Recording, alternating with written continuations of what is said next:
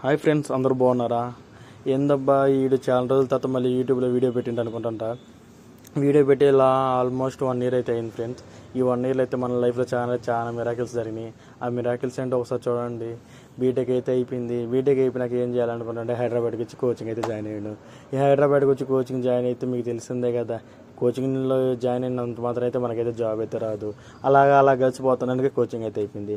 Coaching అయిపోయినాక ఇంక job trials చేస్తుంటాయి. మనకి జాబులు అయితే రావడం లేదు. ఇన్ని కంపెనీలు పోయినా రిజెక్టెడ్.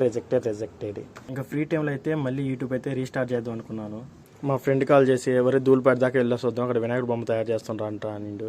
ఇంకా అలా అయితే వెళ్ళాము. అక్కడైతే వినాయకుడు బొమ్మలు అయితే వేరే లెవెల్ ఉంది ఫ్రెండ్స్. ఒకసారి అంటే చూడండి. మనం చేసిన పనులన్నీ వర్తే వర్మ, వర్త్. నువ్వు నీ కళ్ళతో చూసావా? కళ్ళు చెదిరిపోయేలా ఉంది వర్మ, మైండ్ బ్లోయింగ్.